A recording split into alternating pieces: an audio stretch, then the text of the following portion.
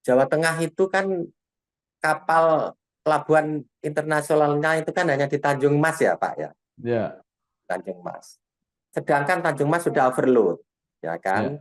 ya, Nah, satu-satunya Jawa Tengah yang konon atau zaman dahulu kala itu Jepara menjadi eh, apa ya, dermaga-dermaga besar ya, dari luar negeri itu.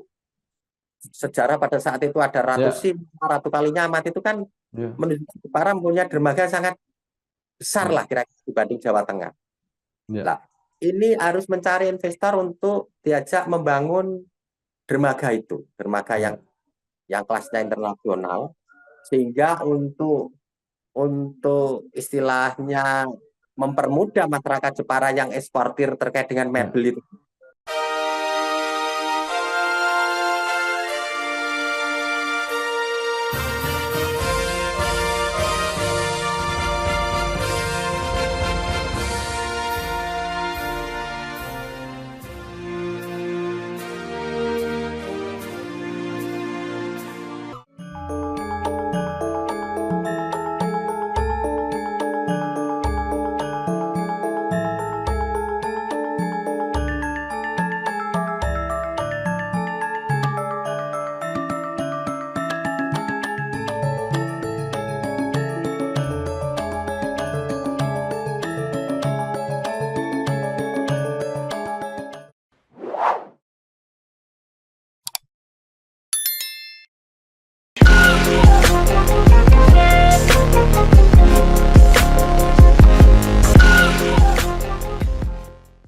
Assalamualaikum warahmatullahi wabarakatuh.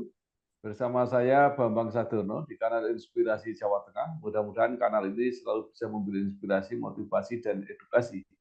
Kami sedang mempersiapkan beberapa video wawancara tentang Kabupaten Jepara dan menyambut pilkada serentak, termasuk pemilihan bupati dan wakil bupati di Kabupaten Jepara. Saat ini saya sudah bersama dengan Bapak Haji Pratikno. Beliau adalah Ketua DPD Partai Nasdem Kabupaten Jepara, sekaligus juga Wakil Ketua DPRD Jepara. Apa kabar Pak Pratikno? Alhamdulillah baik Pak Bambang. Eh, Iya, Masih diberikan kondisi sehat, walafiat, iya, alhamdulillah bisa ya. beraktivitas. Terima Ya, kasih Pak Pratikno ini lahir di Jepara 15 September 1968. ya, Aktif terus di bidang politik, pernah bergabung di PKB dan kemudian istirahat. Sekarang ya, bergabung dengan Nasdem dan menjadi ketua DPD dan merangkap wakil ketua DPRD Jepara. Nah, mungkin supaya lebih lengkap walaupun singkat bisa diceritakan Pak perjalanan karir Pak Pratikno sampai saat ini. Silakan Pak. ya, baik. Eh, jadi kami sebelum atau pada saat di PKB dulu saya Ya, beraktivitas di bidang kelistrikan Pak, di ya, elektrikal. Ya, kemudian sesuai yang disampaikan Pak Bambang bahwa semenjak PKB ada semacam gonjang-ganjing Gus Dur dan Caimin pada saat itu kami pasif. ya, Pasif, kemudian tahun 2011 2012 saya kok tertarik lagi ke dunia ya, politik karena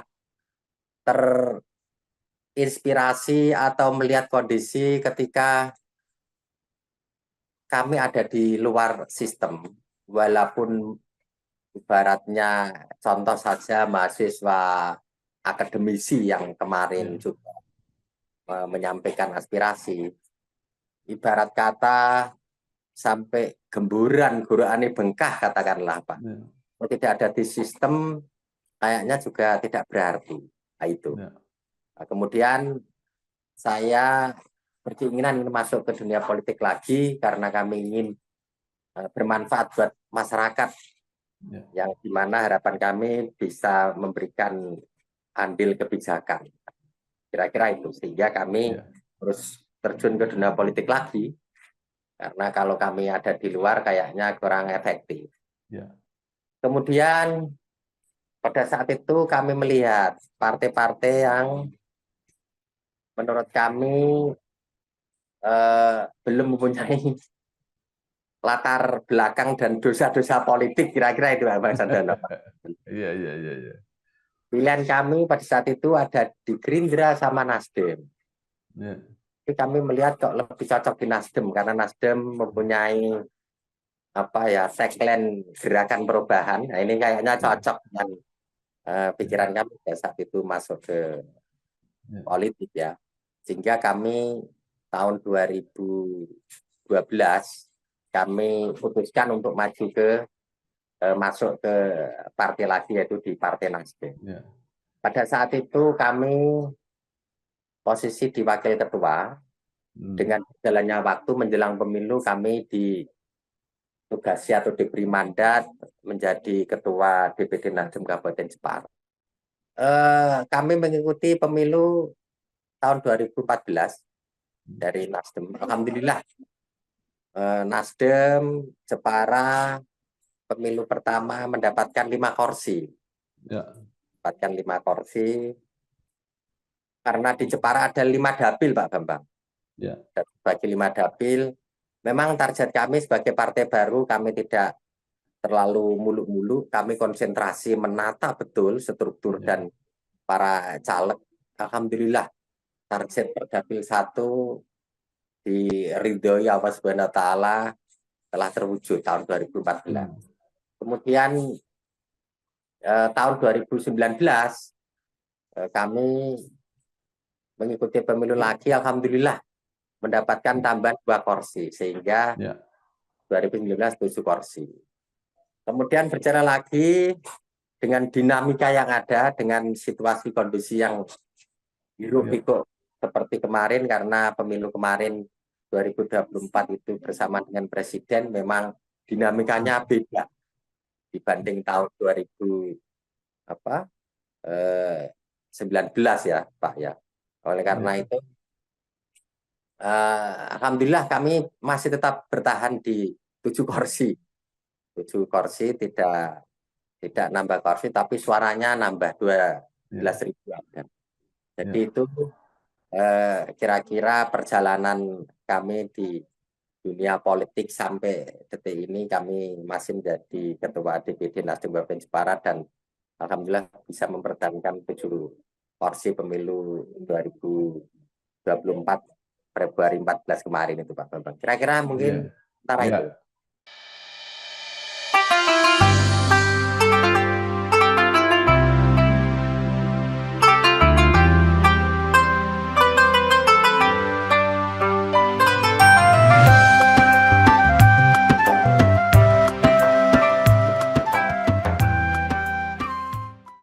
Baik, Pak Pratikno, tetap bertahan dengan 7 kursi, kemudian menyambut pilkada, berarti tidak bisa mengusung calon sendiri.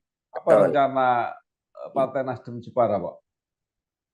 Baik Pak, jadi gini, karena untuk mencapai 20% itu harus minimal 10 kursi untuk bisa sendiri, karena Nasdem baru 7 kursi, sehingga perlu komunikasi politik, perlu membangun koalisi untuk mengusung calon bupati dan wakil bupati untuk kontestasi pilkada bulan November nanti 2024 ini juga. Nah, ini kami sudah melakukan komunikasi politik bersama partai-partai yang ada di Jepara.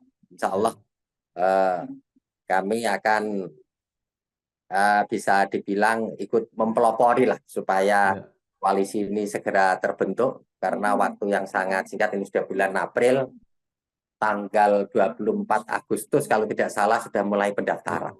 Ini kami sudah melakukan komunikasi politik dengan partai-partai lain, Pak Bambang. Ya, dengan hasil Pileg 2024, kira-kira prediksi ada berapa pasangan calon, Pak, yang bisa muncul?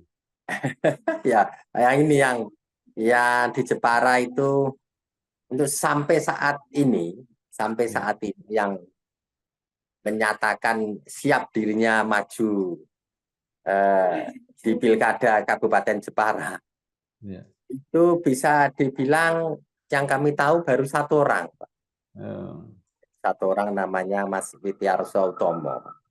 Ya. Nah, untuk yang lain itu ada keinginan tapi belum berani mendeklarasikan diri saya maju, itu belum ada, Pak Bambang. Jadi untuk mempetakan di sini dinamikanya sangat dinamis, Pak Bambang. Ya. Ada prediksi ya dari masyarakat, dari para pemerhati politik, khususnya untuk Pilkada 2024 ini ya di Jepara. Ya. Ada yang memprediksi ini dengan ini sudah, tetapi hanya prediksi saja. Menurut kami belum bisa dibuat patokan karena hanya prediksi orang-orang yang gonta-gantung gitu. Padahal si partai-partai ini di sini cair dan sangat dinamis. Pengennya itu tidak mau ribet-ribet. Kira-kira itu, Pak Bambang. Ya. Nah, kalau menurut hasil Pak, ada nggak yang bisa mencalonkan sendiri partai-partai itu? Ada satu partai P3, Pak. P3 10. Tahun 2019 10 kursi, tahun 2024 ini sudah 10 kursi. Jadi suaranya istiqomah. Bisa mengusung sendiri. Kira-kira itu. Nah, yang baru muncul baru satu nama. Apakah yang lain nanti akan mendukung semua atau Nasdem juga akan mendukung nama yang sama ini?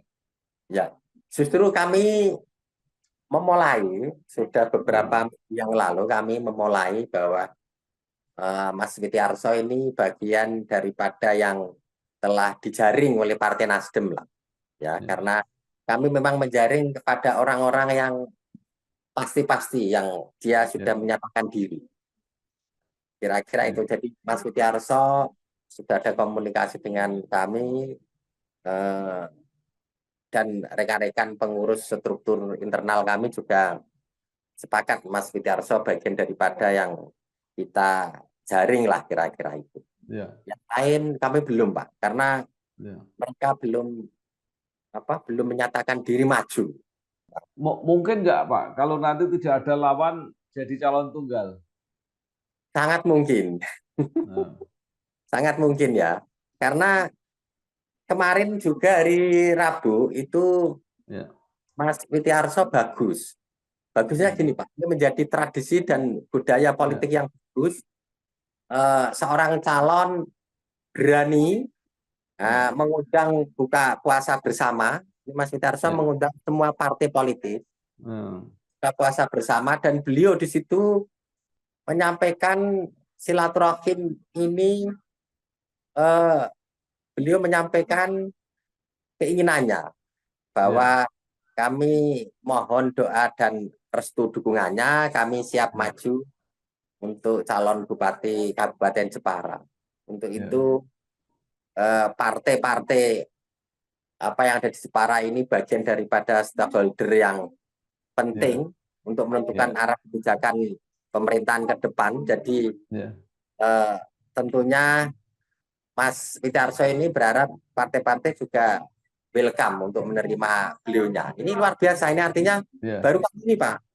Baru tahun atau Mas Witiarso ini undang partai-partai diajak silaturahim dan buka puasa bersama, ini baru enggak. Ini artinya pencerahan politik yang sangat bagus untuk memudahkan Jepara ke depan ini biar kondusif. Kira-kira itu. Untuk menentukan dukungan dan rekomendasi tentunya partai-partai mempunyai mekanisme. Artinya tidak di tingkat lokal sudah ada kesamaan pandang. Setelah itu mekanisme partai pasti mencarikan dukungan untuk terbitnya rekom, pasti tentu melalui pensi dan pusat, karena partai itu yang punyakan pusat ya, Pak Bambang. Komunikasi di lokal Jepara ini sudah terbangun kesamaan pandang. Ini yang luar biasa itu yang Mas Witiarso.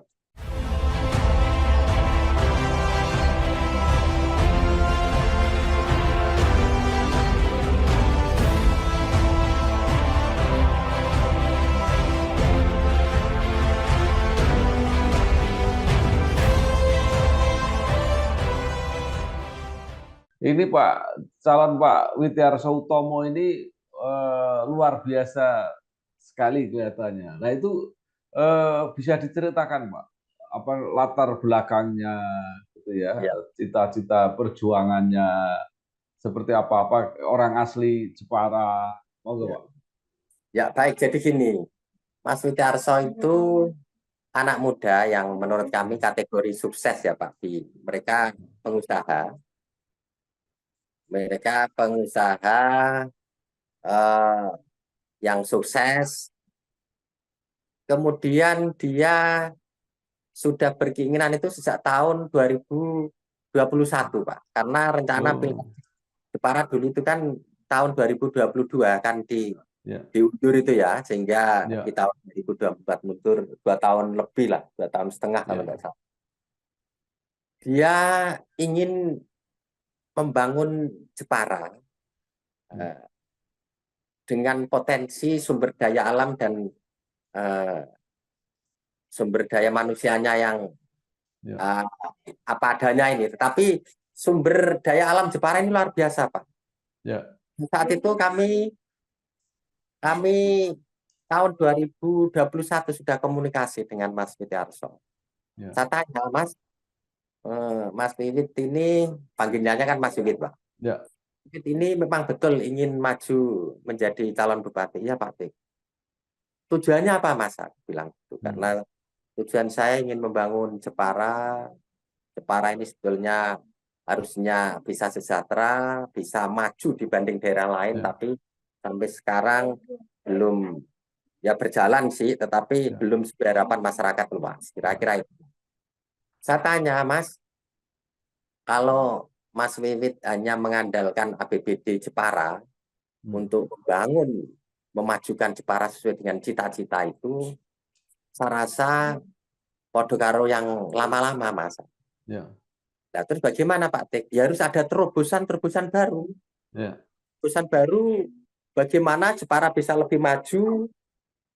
Pertama, mencari dukungan anggaran di APBN karena APBN itu anggarannya sangat tinggi. Nah, ini harus ada komunikasi hmm, politik atau komunikasi yang intens dengan pusat lah kira-kira itu. ya, Minta anggaran dari APBN DAK atau apa dana-dana yang lain. Nah, itu ya, untuk memajukan Jepara. Kemudian juga ya, mencari investor ya, untuk masuk ke Jepara, walaupun selama ini juga investor yang ada di Jepara sudah banyak, yaitu ya, ada pendirian pabrik-pabrik garmen itu. ya, Tetapi tidak hanya cukup itu, mencari investor yang bisa membangun infrastruktur. Contoh, Jawa Tengah itu kan kapal pelabuhan internasionalnya itu kan hanya di Tanjung Mas ya Pak ya, ya, Tanjung Mas. Sedangkan Tanjung Mas sudah overload, ya kan?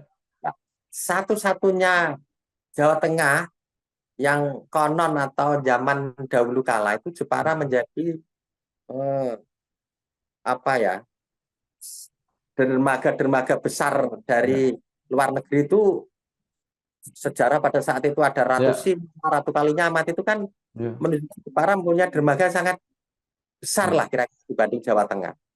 ya, Nah, ini harus mencari investor untuk diajak membangun dermaga itu, dermaga yang ya, kelasnya internasional sehingga untuk istilahnya mempermudah masyarakat Jepara yang eksportir terkait dengan ya, mebel itu. Karena mebel Jepara itu kan kalau ekspor harus ke Tanjung Mas, harus ke Surabaya ini kan ya, repot. Nah, kalau di Jepara sendirinya ini untuk mempermudah para pengusaha ya, yang ada di Jepara. Kemudian untuk antisipasi bila mana Tanjung Mas overload bisa ke sini. Harapan kami dari ya, Rembang, dari Pati, Kudus, Demak, mungkin dari Surabaya, Tuban itu mungkin bisa ke Jepara. Ini luar biasa lah. ya, Ini satunya cara untuk memajukan kita harus mempunyai salah satu infrastruktur yaitu dermaga yang selevel Tanjung Mas lah kira-kira itu. Nah, ini harus ya, ada. Di samping itu mencari investor, buyer mebel itu untuk hmm, mendongkrak lagi kemerosotan mebel yang ada ya, di Jepang. Nah, ini kami sampaikan. Kemudian meningkatkan pengembangan destinasi pariwisata, Jepara ini luar biasa Pak dibanding dengan kabupaten lain. Ya. Jepara itu punya pantai, pasirnya putih, panjang pantainya 82 km. Kemudian ada pulau-pulau dekat Kabupaten Jepara daratan ini aja ada Pulau Panjang, Pulau Mandalika. Kemudian agak nyebrang jauh lagi ada satu pulau namanya Pulau Karimun Jawa yang sekarang menjadi eh, destinasi wisata juga. Kemudian di Karimun Jawa ada pulau lagi. Ini sangat menjual. Ada gunung, tamiya, dan industri-industri rotan, mebel, monel, konveksi juga banyak. Ini dibanding indikator lain menurut kami sumber daya alam dan sumber daya manusianya unggul Jepara sebetulnya. Nah ini modal yang tidak ada ini disinergikan sehingga bisa memajukan Jepara ke depan. Jadi itu gambaran potensi yang ada di Jepara yang ada, tinggal mensinergikan dan mengolah dengan baik lah. Kira-kira itu Pak Bambang.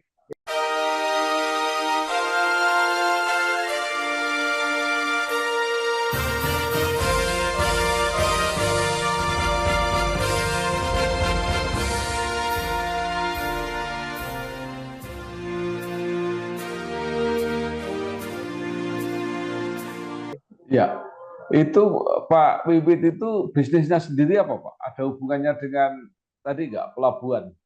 Ya, ada. Sebetulnya ada juga. Ya, karena Pak Mas Wibit ini punya perusahaan apa ya Kak, frozen pengolahan ikan yang diekspor itu ya. Oh. Ke Singapura, ke luar negeri itu 2 putra kalau tidak salah. Itu ada hubungannya dengan laut Pak menurut kami. Ya. Nah, Jepara ini juga punya laut yang menurut kami untuk sumber pendapatan ikan sangat luar biasa. Ya. Sangat luar biasa. Artinya sangat cocok lah Jepara itu. Jadi tidak hanya pengrajin saja, tapi sumber daya alamnya itu luar biasa. Tambang juga banyak. Artinya memang kita punya pemimpin yang visioner, yang benar-benar mau berpikir, ingin memajukan Jepara. Dan pemimpin itu secara pribadi sudah mapan ya Pak, maksud kami. Jadi nyalon bupati kemudian lebar balik no modal, ya sudah kalau memang pikirannya itu ya. Jadi kita benar-benar membangun lah potensi yang ada di Jepara. Jadi itu Pak. Ya, Pak Pratikno tadi menyebut bahwa selain mengundang investor, mengembangkan potensi bisnis, industri, pariwisata, juga harus bisa melobi pimpinan di pusat karena bantuan APBN itu sangat penting. Nah, pertanyaan saya, kira-kira koalisi Pilpres ini berpengaruh nggak Pak nanti di Jepara? Kayaknya koalisi Pilpres ini kok tidak terlalu berpengaruh Pak di Jepara karena partai-partai ini ingin membangun bersama. Artinya tidak usah ya saya sendiri ya tidak terbawa oleh hiruk pikuk euforia yang ada di pusat. Artinya kita membangun kebersamaan untuk memajukan Jepara. Jadi tidak terlalu terpengaruh di koalisi nasional kemudian ke daerah ini kayaknya tidak seperti itu. Ini di Jepara.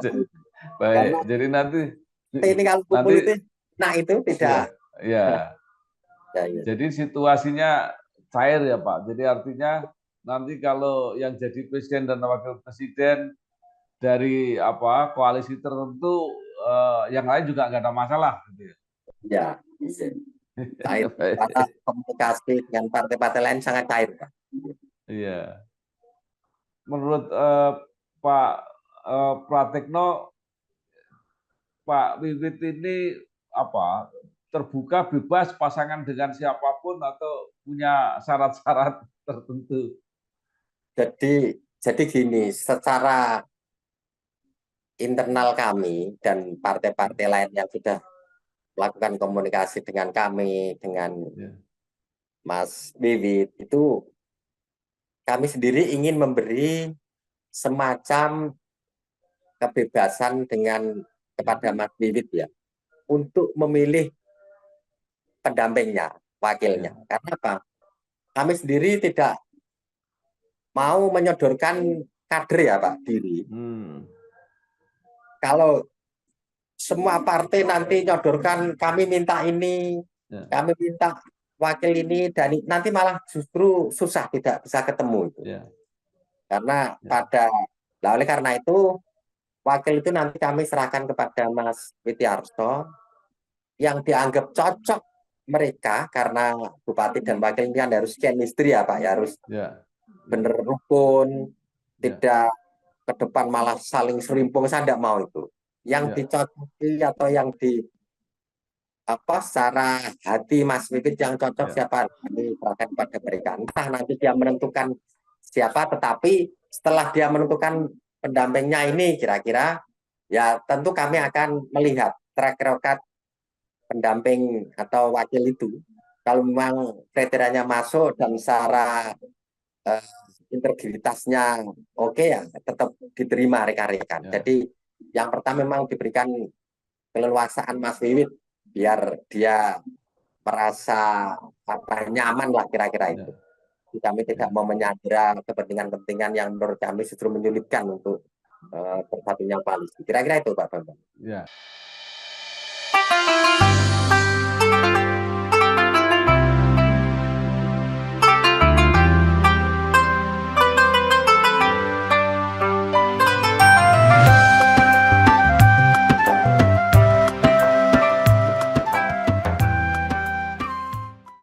Baik, Pak Pratibno, bagaimana dengan petahana, Pak?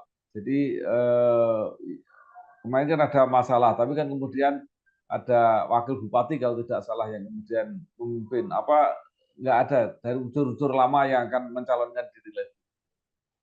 Sampai sekarang itu tadi Pak, ada incumbent, kemudian pemain-pemain lama itu sampai sekarang belum menyatakan diri maju. Kira-kira itu Pak. Jadi kami tidak mau, istilahnya mau mendorong kendaraan yang mogok, saya tidak mau.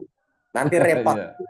Jadi kalau orangnya mengatakan siap maju, lah ini baru ada komunikasi yang kita lanjutkan lah. Nah, untuk saat sekarang memang belum ada. Ya mungkin ada kemungkinan, cuman gerak-gerak belum berani. Baik. Jadi artinya kemungkinan akan muncul calon-calon yang lain masih ada, tetapi Nasdem akan tetap konsisten untuk mendukung Pak Wiwit, gitu kira-kira Pak? Jadi secara internal DPD, insya Allah konsisten Pak, karena jajaran struktur kami sudah sepakat sependapat melihat sosok Mas Wiwit ini sesuai dengan kriteria yang dicari Nasdem lah kira-kira itu. Jadi anak muda yang visioner, yang punya semangat, kemudian iso jak rembukan, kira-kira itu Pak. Karena itu menginginkan pemimpin itu yang mau menerima saran masukan. Kepentingan masyarakat itu yang sangat banyak. Kalau pemimpin telah jadi itu dia menutup diri, artinya jak rembukan, mikir kesejahteraan itu harus seperti ini, mereka ego, repot itu ya. Cair sekali kalau diajak rembukan. Justru ingin menyerap aspirasi dari banyak pihak sehingga nanti untuk langkah beliau memberikan kebijakan. Nah ini menurut kami sangat cocok. Nah ini yang kriteria yang diinventarisasi oleh Partai Nasdem ini ada di diri Mas Wiwit lah kira-kira itu.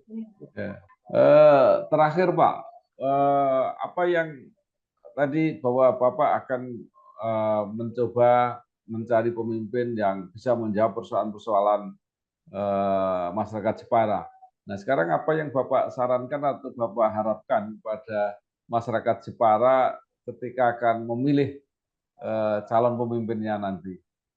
Ya, baik. Jadi kami berharap kepada masyarakat Jepara nanti ketika memilih pemimpin, ya harus melihat pertama integritasnya, orangnya, dan track recordnya jangan, dan juga kinerjanya kira-kira.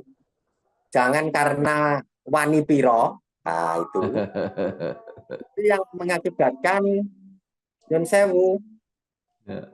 harga diri seorang pemilih yang diberikan oleh undang-undang secara konstitusi itu rasanya murah sekali dan dilecehkan menurut kami, Pak. Ya. Kami berharap untuk Ya. memilih pemimpin benar-benar yang berdasarkan kriteria-kriteria kinerja lah, jangan berdasarkan wani bayar biro, itu kacau itu.